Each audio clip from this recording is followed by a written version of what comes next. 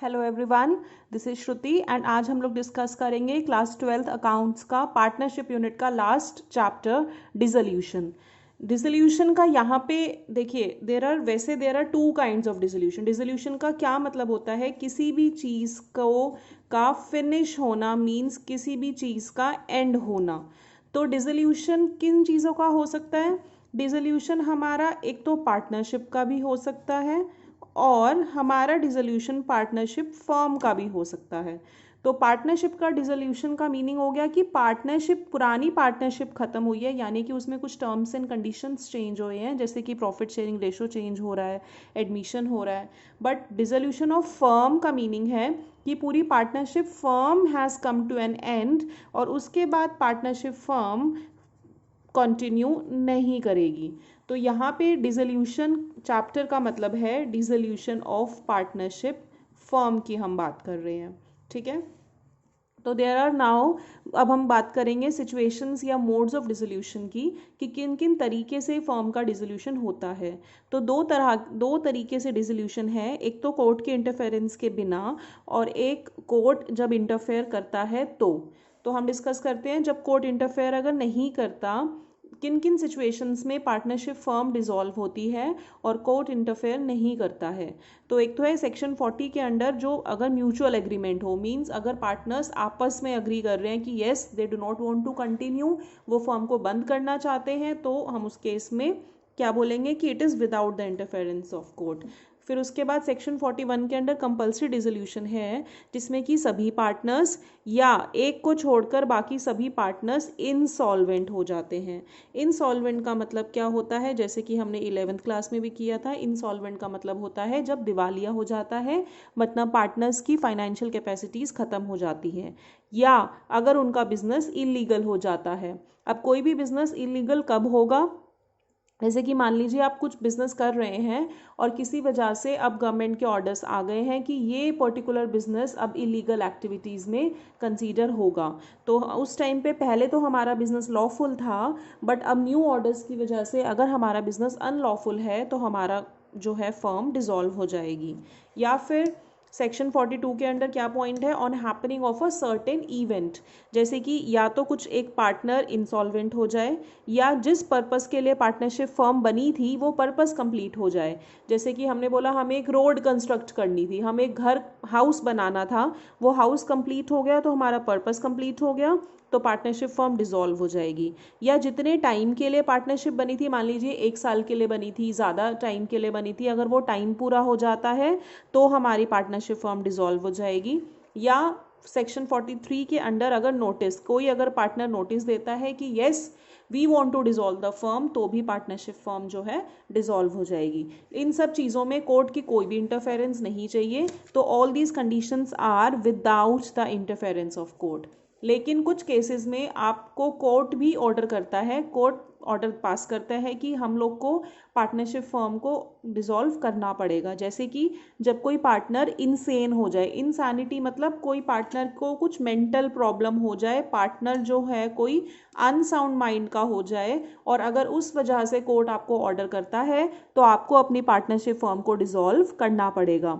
या किसी कुछ रीजंस की वजह से फर्म अब अपनी ड्यूटीज़ परफॉर्म अगर नहीं कर पा रही है, या फर्म के किसी पार्टनर का बैड बिहेवियर रहा है, या जानबूझकर पार्टनरशिप फर्म के जो पार्टनर्स हैं वो कॉन्ट्रैक्ट के टर्म्स एंड कंडीशंस फॉलो अगर ना करें तो भी पार्टनरशिप फर्म डिसॉल्व हो जाएगी। या किसी और रीज़न की वजह से अगर कोर्ट को लगता है कि पार्टनरशिप फर्म को डिसॉल्व होना ही ज़रूरी है, तो भी हमें पार्टनरशिप फर्म को डिसॉल्व करना पड़ेगा।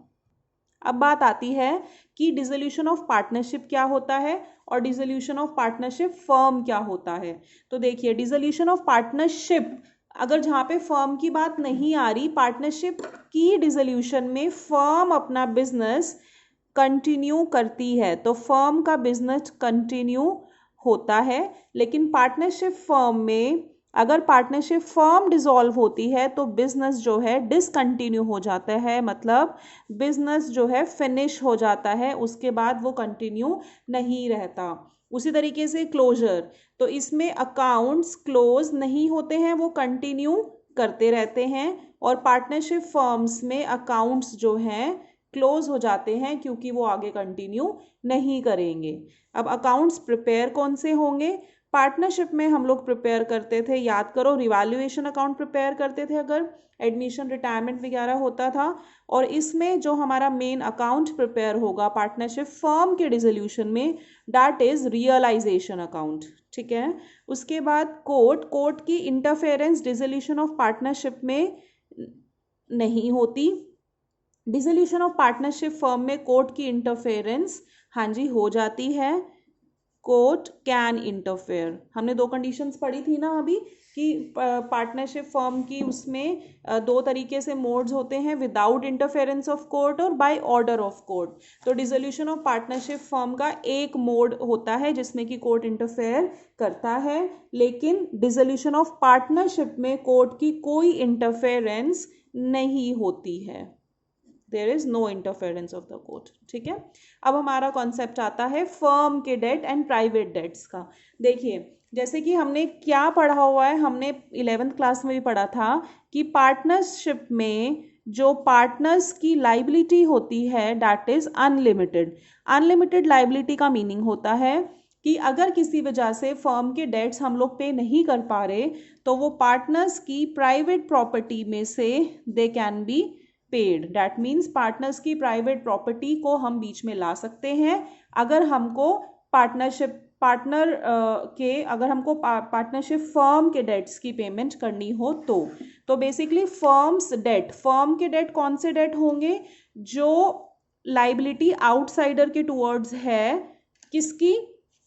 लाइबिलिटीज ऑफ फर्म की लाइबिलिटीज है आउटसाइडर्स के लिए। और प्राइवेट डेट का क्या होता है? जिसके पहले ये करते हैं, फर्म डेट क्या होते हैं? जो फर्म की लाइबिलिटी है आउटसाइडर्स के लिए, जिसके लिए सभी पार्टनर्स लाइबल होते हैं क्योंकि ये पूरे फर्म के डेट्स हैं। जिसके लिए हम क्या करते हैं, सबसे पहले जो फर्म के एसेट्स होते हैं, एसेट्स को हम पहले डेट्स की पेमेंट, लाइबिलिटीज की पेमेंट के लिए यूज करते हैं, और अगर उसके बाद भी आपका अमाउंट बच जाता है तो वो पार्टनर्स में डिस्ट्रीब्यूट हो जाता है। जैसे कि फॉर एग्जांपल आपके एसेट्स बिके हैं, फॉर एग्जांपल आपके एसेट्स 10 लाख रुपए के सेल हो गए हैं जब आपने पार्टनरशिप फर्म को डिसॉल्व किया, और आपकी लाइबिलिटीज बाहर की थी 6 लाख रुपए की। तो इन 10 लाख में से सबसे पहले आप पेमेंट किन की करोगे? 6 लाख रुपए की। फिर उसके बाद जो रिमेनिंग 4 लाख बचेंगे, it will be distributed between partners in their respective profit sharing ratio. ठीक है, प्राइवेट डेट्स का मीनिंग होता है कि जो पार्टनर ने पर्सनली किसी से लोन लिया है उसके लिए सिर्फ पार्टनर ही लायबल होता है, बाकी पार्टनर्स, जो जिस पार्टनर ने लोन लिया है केवल वो पार्टनर जिम्मेवार होगा, क्योंकि because it is private debt कि भैया कंपनी दुकान के बाहर जाके अगर मैं किसी से लोन ले रही हूँ तो बाकियों का तो इसमें कोई कसूर नहीं है ना, तो सिर्फ कंसर्न पार्टनर्स लायबल होता है। तो जो पार्टनर की प्राइवेट प्रॉपर्टी होती है पहले उसके लिए उसके प्राइवेट लाइबिलिटीज की पेमेंट करनी होती है, उसके बाद अगर उसकी कोई प्राइवेट प्रॉपर्टी बचती है तो हम उसको फर्म के डेट की पेमेंट के लिए यूज कर सकते हैं। जैसे कि मान लीजिए कि फर्म की लाइबिलिटी अभी 2 लाख रुपए की अनपेड रह रही है, फर्म के एसेट बिक गए, सब कुछ हो गया, उसके बाद भी फर्म की लाइबिलिटी 2 लाख रुपए अनपेड है। ठीक है, पार्टनर का मान लीजिए पार्टनर ने प्राइवेट लोन लिया हुआ था 10 लाख का, और पार्टनर की प्राइवेट प्रॉपर्टी है मान लो 11 लाख। ठीक है, तो इस 11 लाख में से, ये उसकी प्राइवेट प्रॉपर्टी है ना, तो इस 11 लाख में से सबसे पहले हम उसके 10 लाख के लोन की पेमेंट करेंगे, फिर जो बचा हुआ 1 लाख रुपए है इससे हम फर्म की लाइबिलिटी की पेमेंट करेंगे। अब फर्म की लाइबिलिटी की 2 लाख थी, 2 लाख में से हम केवल किसकी पेमेंट कर पाए? 1 लाख की, तो बाकी 1 लाख का फर्म को लॉस हो रहा है या कुछ भी हो रहा है, लेकिन उसके लिए ऐसा नहीं है कि पार्टनर की 11 लाख में से हम इसकी पेमेंट करेंगे। पहले पार्टनर की प्राइवेट प्रॉपर्टी में से पार्टनर के प्राइवेट लोन की पेमेंट होगी, फिर जो अमाउंट बचेगा, सिंस पार्टनर की लाइबिलिटी अनलिमिटेड होती है तो बचे हुए अमाउंट को हम फर्म की लाइबिलिटी को पे करने के लिए यूज कर लेंगे।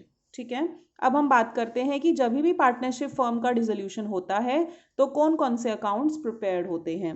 सबसे पहला और मोस्ट इंपॉर्टेंट अकाउंट होता है रियलाइजेशन अकाउंट, जिसमें क्या होता है, सारे के सारे एसेट्स और लाइबिलिटीज ट्रांसफर हो जाते हैं एसेट्स की पेमेंट हो जाती है, सॉरी एसेट्स बिक जाते हैं, उनको हम बोलते हैं एसेट्स आर रियलाइज्ड, और लाइबिलिटीज़ की हम लोग पेमेंट कर देते हैं। एसेट्स हमारे रियलाइज हो जाते हैं मतलब बिक जाते हैं, लाइबिलिटीज़ की पेमेंट कर देते हैं, और जो भी हमारा प्रॉफिट या लॉस होता है that is transferred to capital accounts.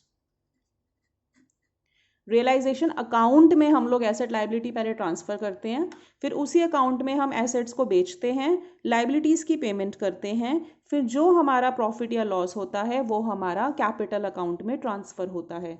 तो बेसिकली हमारा इससे क्या कैलकुलेट हुआ है, प्रॉफिट या लॉस, तो इसलिए हमारा इसका नेचर ऑफ अकाउंट्स क्या होगा, नॉमिनल अकाउंट होगा। उसके बाद हम लोग प्रिपेयर करते हैं partners loan account, partners capital, then cash and bank account. इसमें बैलेंस शीट प्रिपेयर नहीं होती है, क्यों नहीं प्रिपेयर होगी, एडमिशन, रिटायरमेंट, इन सब के टाइम पे तो हम लोग बैलेंस शीट प्रिपेयर करते थे, इसमें हम लोग को बैलेंस शीट प्रिपेयर नहीं करनी, क्योंकि पार्टनरशिप फर्म, क्योंकि आपकी जो बुक्स हैं वो क्लोज हो रही हैं, है ना।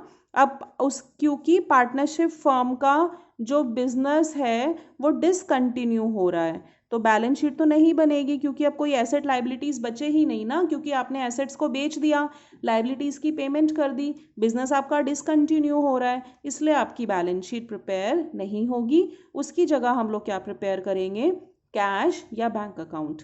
नेक्स्ट लेक्चर में हम लोग प्रैक्टिकल क्वेश्चन से स्टार्ट करेंगे। इससे पहले आप लोग ये लेक्चर पूरा देख के अच्छे से इसकी थ्योरी अच्छे से मेमोराइज कर लीजिए। Thank you so much for watching.